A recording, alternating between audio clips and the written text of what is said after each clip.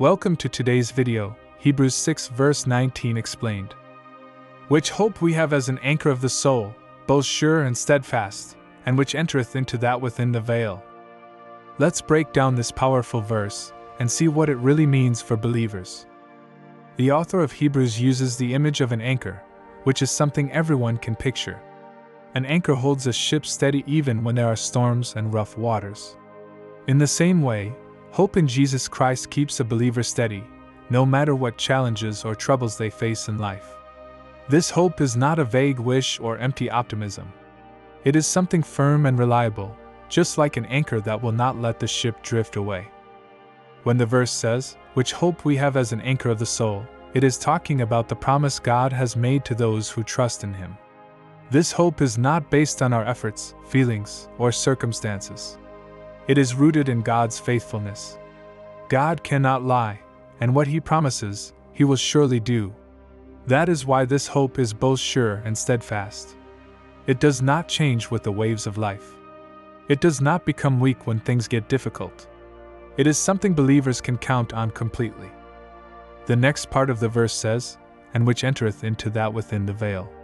To understand this, we need to look back at the Old Testament.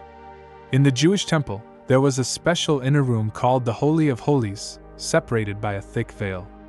Only the high priest could enter, and only once a year, to make a sacrifice for the people's sins. The veil was a barrier between God's holiness and the people. But when Jesus died on the cross, the veil in the temple was torn in two. This means that through Jesus, believers have direct access to God.